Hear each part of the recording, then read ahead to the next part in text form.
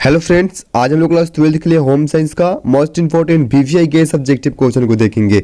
यानी कि जितने ऑब्जेक्टिव क्वेश्चन होंगे वो सभी क्वेश्चन जो है अब गेस होगा, जो कि आप लोग एग्जाम के लिए बहुत इंपॉर्टेंट है। और यहाँ से बहुत सारे ऑब्जेक्टिव क्वेश्चन जो है आप लोग एग्जाम में पूछे जाते हैं। और ये होम साइंस का पार्ट 1 है गेस ऑब्जेक्टिव क्वेश्चन, और ये आप लोगों का टेस्ट होगा। यानी कि जिसको भी इसका आंसर पता होता है वो अपना आंसर जो है कमेंट बॉक्स में देते हुए चलेंगे, या फिर लाइव चैट में जो है अपने आंसर को देते हुए चलेंगे। चलिए, आज का आप लोगों का पहला क्वेश्चन है। आंसर पता होता है तो आप लोग आंसर को देते हुए चलेंगे, बहुत इंपॉर्टेंट है। शरीर में मुख्य अंतःस्रावी ग्रंथियों की संख्या है। ये क्वेश्चन बहुत इंपॉर्टेंट है, आप लोग एग्जाम में पूछता है। आंसर पता होता है तो लाइव चैट में या कमेंट बॉक्स में अपने आंसर को देते हुए चलेंगे। सही आंसर आप लोग का ऑप्शन नंबर सी है। ऑप्शन सी है 8, यानी कि शरीर में मुख्य अंतःस्रावी ग्रंथियों की जो संख्या होती है कितनी होती है, तो 8 होती है। चलिए, 2 नंबर क्वेश्चन है। इनमें से कौन पुरुष प्रजनन तंत्र का भाग नहीं है? यानी कि कौन जो है पुरुष प्रजनन तंत्र का भाग नहीं है? अपने आंसर को जल्दी से आप लोग कमेंट बॉक्स में आंसर करेंगे, बहुत इंपॉर्टेंट है। हाँ, चलिए, बिल्कुल इसका सही आंसर आप लोगों का ऑप्शन नंबर डी है। ऑप्शन नंबर डी है अंडाशय। देखिए, अंडाशय जो है ये आप लोगों के पुरुष प्रजनन तंत्र का भाग बिल्कुल नहीं है। ठीक है, ये पुरुष प्रजनन तंत्र का भाग नहीं है, लेकिन ध्यान रखना है शुक्राशय, वृष्ण और प्रोस्टेट ग्रंथि, ये तीनों जो है ये तीनों आप लोगों के पुरुष प्रजनन तंत्र का भाग है। यहाँ से ऑब्जेक्टिव क्वेश्चन, इस प्रकार से ऑब्जेक्टिव क्वेश्चन आप लोग एग्जाम में 100% आएगा, तो आप लोगों को ध्यान रखना है। चलिए, 3 नंबर क्वेश्चन है। गर्भावस्था की अवधि कितने दिनों की होती है? यानी कि गर्भावस्था की जो अवधि होती है वो कितने दिनों की होती है? ये भी क्वेश्चन बहुत ही इंपॉर्टेंट है। इसका आंसर भी आप लोग कमेंट बॉक्स में दें। चलिए, इसका सही आंसर आप लोग का ऑप्शन नंबर ए है। ऑप्शन नंबर ए आप लोगों का है 280 दिन का। यानी कि गर्भावस्था की जो अवधि होती है कितने दिनों की होती है, तो 280 दिन की होती है। कितने, तो 280 दिन की। 4 नंबर क्वेश्चन है। इनमें से किस हार्मोन के कम स्राव से पुरुष में पुरुषत्व की जो है कमी हो जाती है? यानी कि किस हार्मोन के कम स्राव से जो है पुरुष में पुरुषत्व की जो होता है, पुरुषत्व की जो कमी हो जाती है, वो किसके हार्मोन के कम स्राव से होता है? चलिए, हाँ, इसका सही आंसर आप लोगों का ऑप्शन सी है। ऑप्शन सी है एंड्रोजन। देखिए, एंड्रोजन क्या है? ये हार्मोन है जो अगर पुरुष में जो है कम स्राव होता है तो पुरुष में पुरुषत्व की जो होता है वो कमी आ जाती है। ये बहुत ही इंपॉर्टेंट क्वेश्चन है। 5 नंबर क्वेश्चन है। रजोधर्म या मासिक धर्म स्त्रियों में सामान्यतः कब समाप्त हो जाता है? यानी कि रजोधर्म या फिर कहिए मासिक धर्म जो होता है वो स्त्रियों में कब समाप्त होता है, कितने वर्ष की अवस्था में जो होता है यह समाप्त हो जाता है? तो सही आंसर आप लोग मारेंगे option number D. Option number D है 45 से 50 वर्ष। यानी कि रजोधर्म या मासिक धर्म की बात की जाए तो स्त्रियों में जो होता है ये 45 से 50 वर्ष में जो होता है ये समाप्त हो जाता है। इतने स्त्रियों की जो आयु 45 से 50 वर्ष तक की जो होती है तब उन लोगों में रजोधर्म या मासिक जो धर्म होता है ये समाप्त हो जाता है। अगला क्वेश्चन आप लोगों का है। स्वच्छ भारत अभियान भारत सरकार द्वारा किस तिथि को आरंभ किया गया? यानी कि स्वच्छ भारत जो अभियान है ये भारत सरकार द्वारा किस तिथि को आरंभ किया गया था? इस तिथि को आप लोगों को याद कर लेना है, बहुत इंपॉर्टेंट है। आप लोगों के लिए होम साइंस से है तो बहुत इंपॉर्टेंट है, ये एग्जाम में आता है। तो सही आंसर आप लोगों का ऑप्शन बी है। हाँ, बी आप लोगों का बिल्कुल सही आंसर है। 2 अक्टूबर 2014 को, यानी कि स्वच्छ भारत अभियान जो है ये भारत सरकार द्वारा चलाया गया था। 2 अक्टूबर 2014 को ये चलाया गया था, आरंभ किया गया था। 7 नंबर क्वेश्चन है। माँ का दूध बच्चों को प्रदान करता है। यानी कि माँ का जो दूध होता है वो बच्चों को प्रदान क्या करता है? तो सही आंसर आप लोगों का ऑप्शन सी है। ऑप्शन सी है दोनों। यानी कि ऑप्शन ए है प्राकृतिक प्रतिकारिता, ऑप्शन बी है सुरक्षा एवं स्नेह। यानी कि प्राकृतिक प्रतिकारिता और सुरक्षा और स्नेह जो है माँ का दूध जो है बच्चों को प्रदान करता है। चलिए, 8 नंबर क्वेश्चन है। शिशु को जन्म के उपरांत देना चाहिए। यानी कि शिशु को जन्म के उपरांत जो है क्या देना चाहिए, किसका दूध देना चाहिए? इसका सही आंसर ऑप्शन नंबर ए है। ऑप्शन नंबर ए है माता का दूध। यानी कि शिशु को जो है जन्म के उपरांत माता का दूध देना चाहिए। ऑप्शन नंबर ए जो लोग दे रहे हैं आंसर, बिल्कुल सही आंसर आप लोगों का है। ऑप्शन नंबर ए माता का दूध। 9 नंबर क्वेश्चन है। स्तनपान आवश्यक है। यानी कि स्तनपान जो है ये किसके लिए आवश्यक है? जल्दी से आप लोग आंसर देंगे। सही आंसर आप लोगों का ऑप्शन नंबर ए है। ऑप्शन वाले है ध्यान देंगे, यानी कि शिशु और माता ये दोनों के लिए जो है आवश्यक होता है। यानी कि आप लोगों के एग्जाम में क्वेश्चन आता है कि स्तनपान किसके लिए आवश्यक है, तो यह जो स्तनपान होता है यह शिशु और माता दोनों के लिए आवश्यक होता है। 10 नंबर क्वेश्चन है 2 वर्ष से 6 वर्ष तक की जो आयु होती है उसको क्या कहा जाता है। यानी कि जब बालक यानी शिशु जब 2 से 6 वर्ष तक की आयु में आता है तो उस आयु को क्या कहा जाता है। सही आंसर ऑप्शन नंबर बी है बाल्यावस्था। यानी कि 2 वर्ष से 6 वर्ष तक की जो आयु होती है बालक की उसको बाल्यावस्था कहा जाता है। बहुत ही इंपॉर्टेंट क्वेश्चन है। 11 नंबर क्वेश्चन है नवजात शिशु को स्तनपान कब से कराना चाहिए। यानी कि नवजात जो शिशु होता है उसको स्तनपान कब से कराना चाहिए, कब से कराना चाहिए, बहुत ही इंपॉर्टेंट है। इसका सही आंसर ऑप्शन नंबर ए है। ऑप्शन नंबर ए है जन्म के दिन से। यानी कि नवजात शिशु को स्तनपान जो है जन्म के दिन से ही कराना स्टार्ट कर देना चाहिए। ये उन लोगों के लिए जो है बहुत ही लाभदायक होता है। 12 नंबर क्वेश्चन है बच्चे की वैकल्पिक देखरेख आवश्यकता होती है। यानी कि बच्चे की जो वैकल्पिक देखरेख होती है वो कब जो है आवश्यकता होती है। इसका सही आंसर आप लोगों का ऑप्शन सी है। ऑप्शन सी है माता पिता की अनुपस्थिति में। देखिए बच्चे की जो वैकल्पिक देखरेख होती है, देखरेख जो है ये माता पिता की अनुपस्थिति में आवश्यक होती है। बहुत ही इंपॉर्टेंट है। 13 नंबर क्वेश्चन है जन्म के समय नवजात शिशु की औसत भार होती है। यह क्वेश्चन जो है आप लोगों के एग्जाम में बहुत बार आ चुका है कि जन्म के समय जो है जो नवजात शिशु होता है उसका औसत भार लगभग कितना होता है। ये क्वेश्चन इस प्रकार से आता है। बिल्कुल सही आंसर ऑप्शन बी आप लोगों के है 2 से 5 किग्रा से 3.5 किग्रा तक। यानी कि अगर 2.5 किलो से बात की जाए तो 2.5 किग्रा से 3.5 किग्रा तक की जो होती है जन्म के समय नवजात शिशु की औसत भार होती है। यह औसत भार है, इतना उन लोगों का औसत भार होता है। 14 नंबर क्वेश्चन है राष्ट्रीय प्रतिरक्षा कार्यक्रम के अंतर्गत बच्चों को किस रोग से बचाने के लिए विटामिन ए दी जाती है। यह क्वेश्चन आप लोग एग्जाम में आएगा, बहुत इंपॉर्टेंट है। राष्ट्रीय प्रतिरक्षा कार्यक्रम के अंतर्गत जो है बच्चों को किस रोग से बचाने के लिए विटामिन ए दी जाती है, तो सबको आंसर पता होना चाहिए। ऑप्शन वाले इसका बिल्कुल सही आंसर है। ऑप्शन वाले रतौधी। यानी कि राष्ट्रीय प्रतिरक्षा कार्यक्रम के अंतर्गत जो है बच्चों को रतौधी रोग है और इसी रोग से बचाने के लिए उन लोगों को जो है विटामिन ए की खुराक दी जाती है। 15 नंबर क्वेश्चन है भारत में स्वास्थ्य की समस्या क्या है। यानी कि भारत में स्वास्थ्य की समस्या को बताना है, क्या क्या समस्या है। इसका सही आंसर आप लोगों का है option number D. Option number D है इनमें से सभी। ध्यान देंगे इनमें से सभी। यानी कि ऑप्शन नंबर डी आप लोगों का है संक्रमण रोग की समस्या। ऑप्शन नंबर बी है बढ़ती जनसंख्या की समस्या और ऑप्शन नंबर सी है पोषण की समस्या। यानी कि ये जो 3 समस्याएं हैं ये आप लोगों के भारत में स्वास्थ्य की जो समस्या है ये तीनों समस्या के कारण होती है। 16 नंबर क्वेश्चन आप लोगों का है निम्न में से कौन क्रियात्मक विकास नहीं है। यानी कि क्रियात्मक विकास कौन सा नहीं है, तो ऑप्शन बी बोलना। देखिए बोलना जो है ये जो है क्रियात्मक विकास नहीं है और बाकी सब देखिए ध्यान से सिर संभालना, घुटनों के बल चलना और पकड़ना, ये तीनों जो है ये आप लोगों के क्रियात्मक विकास के अंतर्गत आएगा। लेकिन बोलना जो है ये आप लोगों के क्रियात्मक विकास के अंतर्गत बिल्कुल नहीं आता है। 17 नंबर क्वेश्चन है वृद्धि से तात्पर्य है। यानी कि वृद्धि से किसका तात्पर्य है। इसका सही आंसर आप लोगों का है option number D. Option number D है इनमें से सभी। यानी कि आप लोगों को ध्यान देना है। ऑप्शन नंबर ए शारीरिक आकार में परिवर्तन। ऑप्शन नंबर बी है वृद्धि निश्चित अवधि के लिए होता है और जो है ऑप्शन नंबर सी है वृद्धि मापी जा सकती है।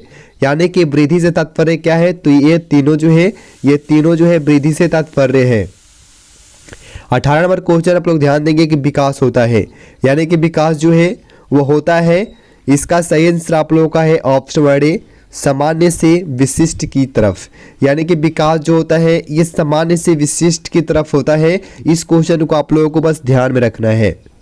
19 नंबर क्वेश्चन है किस बीमारी से बचने के लिए वैक्सीन को मुंह द्वारा बूंदों के रूप में डाला जाता है। ये बिल्कुल बहुत ही इंपॉर्टेंट क्वेश्चन है, ये भी आप लोग एग्जाम में पूछा जा चुका है।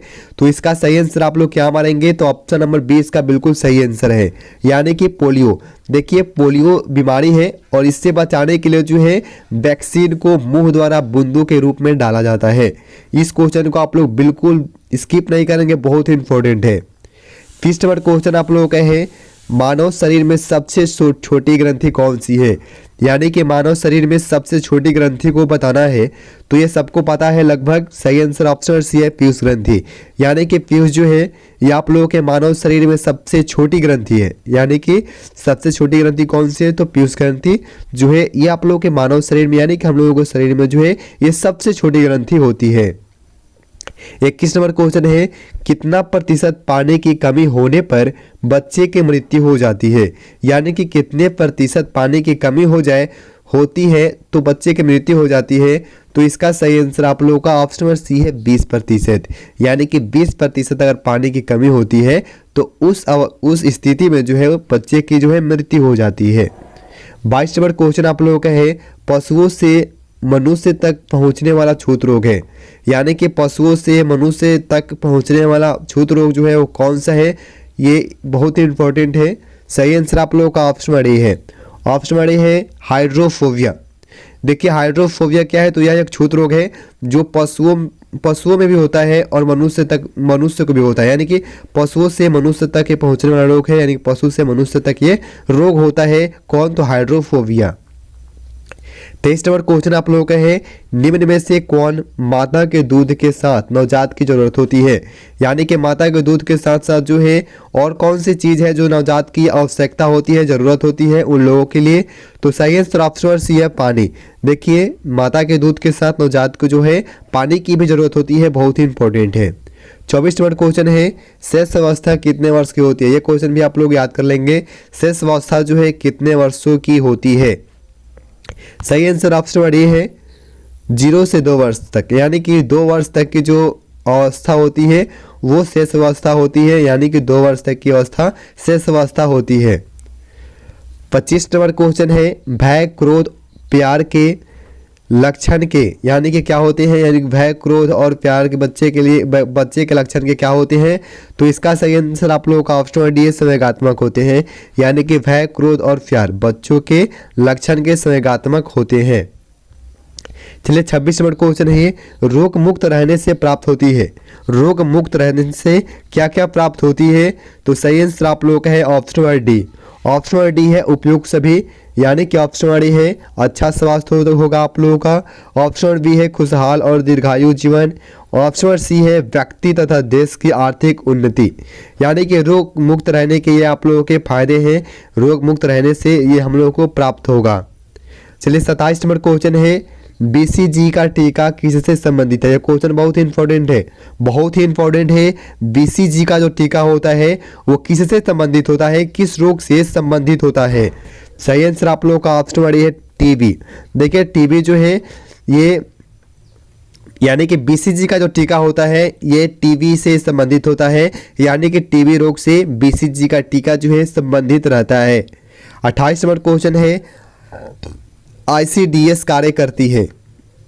यानी कि ICDS जो है ये किसके लिए कार्य करती है? तो सही आंसर आप लोगों का ऑप्शन डी है, बच्चे और महिलाओं के लिए। यानी कि ICDS जो है ये बच्चों और महिलाओं के लिए कार्य करती है। किसके लिए कार्य करती है?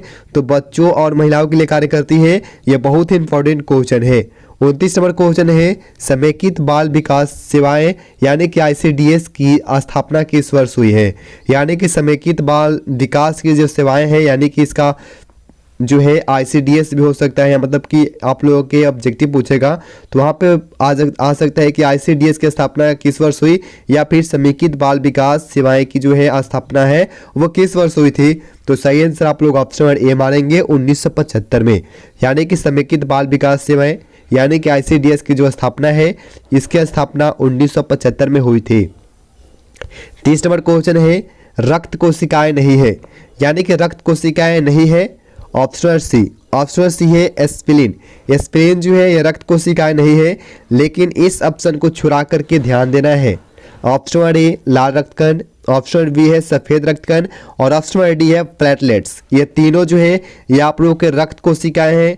रक्त कोशिकाएं हैं, आप लोगों को ध्यान रखना है लाल रक्तकण यानी कि WBC, सफेद रक्तकण RBC और प्लेटलेट्स ये तीनों जो है ये आप लोगों के रक्त कोशिकाएं हैं। ये तीनों को याद रखना है बस ध्यान में, ऑब्जेक्टिव क्वेश्चन आप लोगों को बन जाएगा। चलिए 31 नंबर क्वेश्चन है, वृद्धि और विकास को प्रभावित करने वाला कारक है। यानी कि कौन कारक जो है वृद्धि और विकास को प्रभावित करता है? तो सही आंसर आप लोग मानेंगे ऑप्शन डी। ऑप्शन डी है इनमें से सभी, यानी कि ध्यान देना है। ऑप्शन ए पोषण, ऑप्शन बी है वातावरण और ऑप्शन सी है अंतःस्रावी ग्रंथियां। ये तीनों जो है ये आप लोगों के वृद्धि और विकास को प्रभावित करने वाला कारक है और ये आप लोगों को ध्यान में रखना है। ये तीनों कारक जो है ये आप लोगों को वृद्धि और विकास को प्रभावित करती है। 32 नंबर क्वेश्चन है, पीलिया रोग में, पीलिया रोग में क्या होता है? इसका सही आंसर आप लोगों का ऑप्शन डी है, यानी कि आंखें जो होती है ना वो पीली पड़ जाती है। यानी कि पीलिया रोग में क्या होता है? तो आंखें पीली पड़ जाती है। 33 नंबर क्वेश्चन है, हैजा किसके द्वारा फैलता है? यानी कि हैजा जो है ये किसके द्वारा फैलता है? ये काफ़ी पॉपुलर क्वेश्चन है, एग्जाम में आता रहता है कि हैजा जो है किसके द्वारा फैलता है? तो सही आंसर आप लोग ऑप्शन डी मारेंगे विवरियो। देखिए विवरियो जो है इसके द्वारा जो है आप लोगों का जो है हैजा फैलता है, यानी कि विवरियो द्वारा, यानी कि हैजा जो है ये विवरियो द्वारा फैलता है। चलिए 34 नंबर क्वेश्चन है, रोगाणुओं के हमारे शरीर में प्रवेश करने और उस रोग के लक्षणों के प्रकट होने के बीच की अवधि को क्या कहते हैं? यानी कि रोगाणुओं के हमारे शरीर में प्रवेश करता है और उस रोग के लक्षण को प्रकट होने के बीच की जो अवधि होती है, उसके बीच की जो अवधि होती है उस अवधि को क्या कहा जाता है? तो सही आंसर ऑप्शन बी है उद्भव अवधि। यानी कि रोगाणुओं के हमारे शरीर में प्रवेश करने और उस रोग के लक्षणों के प्रकट होने के बीच को जो अवधि होती है उस अवधि को उद्भवन अवधि कहा जाता है। चलिए 35 नंबर क्वेश्चन है, बालक का प्रथम सामाजिक समूह कौन होता है? यानी कि बालक का जो प्रथम सामाजिक समूह होता है वो क्या होता है, कौन होता है? तो सही आंसर आप लोगों का ऑप्शन सी है। ऑप्शन सी है परिवार। ऑप्शन सी आप लोगों का परिवार होता है। यानी कि बालक का जो प्रथम सामाजिक समूह होता है वो क्या होता है? तो वो परिवार होता है। उनका परिवार जो होता है उनका प्रथम सामाजिक समूह होता है। 36 नंबर क्वेश्चन है, डिप्थीरिया रोग के जीवाणु शरीर में पहुंचकर किस अंग में पनपते हैं? यानी कि डिप्थीरिया रोग के जो जीवाणु होते हैं वो शरीर में पहुंचकर किस अंग में पनपना स्टार्ट कर देता है? तो सही आंसर आप लोग का है ऑप्शन डी। ऑप्शन डी है गला। यानी कि ये जो जीवाणु होते हैं या ये हम लोगों के शरीर में पहुंच कर के जो है ये गाला में पनपते हैं। कहाँ पे पनपते हैं? तो ये गाला में पनपते हैं। ये क्वेश्चन को आप लोगों को ध्यान रखना है, बहुत ही इंपॉर्टेंट क्वेश्चन है। 37 नंबर क्वेश्चन, खसरा रोग का संप्राप्ति काल कितने दिनों का होता है? यानी कि खसरा रोग का जो संप्राप्ति काल होता है ये कितने दिनों का होता है? सही आंसर ऑप्शन नंबर बी है। ऑप्शन बी है 7 से 10 दिन। यानी कि खसरा रोग का जो संप्राप्ति काल होता है ये 7 से 10 दिनों का होता है। चलिए 38 नंबर क्वेश्चन है, 4 वर्ष के बालक किस प्रकार के रंगों को पहचानने में समर्थ हो जाता है? यानी कि जब बालक 4 वर्ष का हो जाता है तो वह किस रंगों को पहचानने में समर्थ हो जाता है? यानी किस रंग को यह पहचान सकता है? तो सही आंसर ऑप्शन डी आप लोगों का है प्राथमिक रंग। यानी कि प्राथमिक रंग में जो रंग आता है ये उस रंग को पहचानने में समर्थ हो जाते हैं जब बालक 4 वर्ष के हो जाते हैं। 39 नंबर क्वेश्चन, एक नवजात शिशु की औसत ऊंचाई होती है। यानी कि जब बालक नवजात होता है तो उसकी औसत ऊंचाई के बारे में बताना है। सही आंसर ऑप्शन नंबर सी है। ऑप्शन सी है 20 इंच। यानी कि एक नवजात जो शिशु होता है उसका औसत ऊंचाई मात्र जो होता है 20 इंच होता है। ये औसत ऊंचाई है, ध्यान रखना है। चलिए 40 नंबर क्वेश्चन आप लोगों का है और ये लास्ट क्वेश्चन है। इसका आंसर आप लोग देंगे, बहुत इंपॉर्टेंट है। यानी कि जन्म से 3 वर्ष की जो आयु होती है बालक का भार होता है। यानी कि जन्म से 3 वर्ष की आयु तक जो है बालक का भार जो होता है वो कितना हो जाता है? प्रारंभ से 3 वर्ष की आयु बताना है। तो इसका सही आंसर आप लोगों का क्या हो जाएगा? ऑप्शन बी 3 गुना हो जाता है। यानी कि जन्म के वक्त जो उसका आयु होता है वो जो वजन होता है उसका भार जो होता है जन्म के समय बालक का, वो भार जो है 3 वर्ष के बाद जो होता है वो 3 गुना हो जाता है। बालक का भार का 3 गुना हो जाता है। ये आप लोगों को ध्यान रखना है। और ये आज का लास्ट क्वेश्चन है और आप लोगों से रिक्वेस्ट है कि चैनल पे है तो चैनल को सब्सक्राइब कर लेंगे, बहुत ही इंपॉर्टेंट है।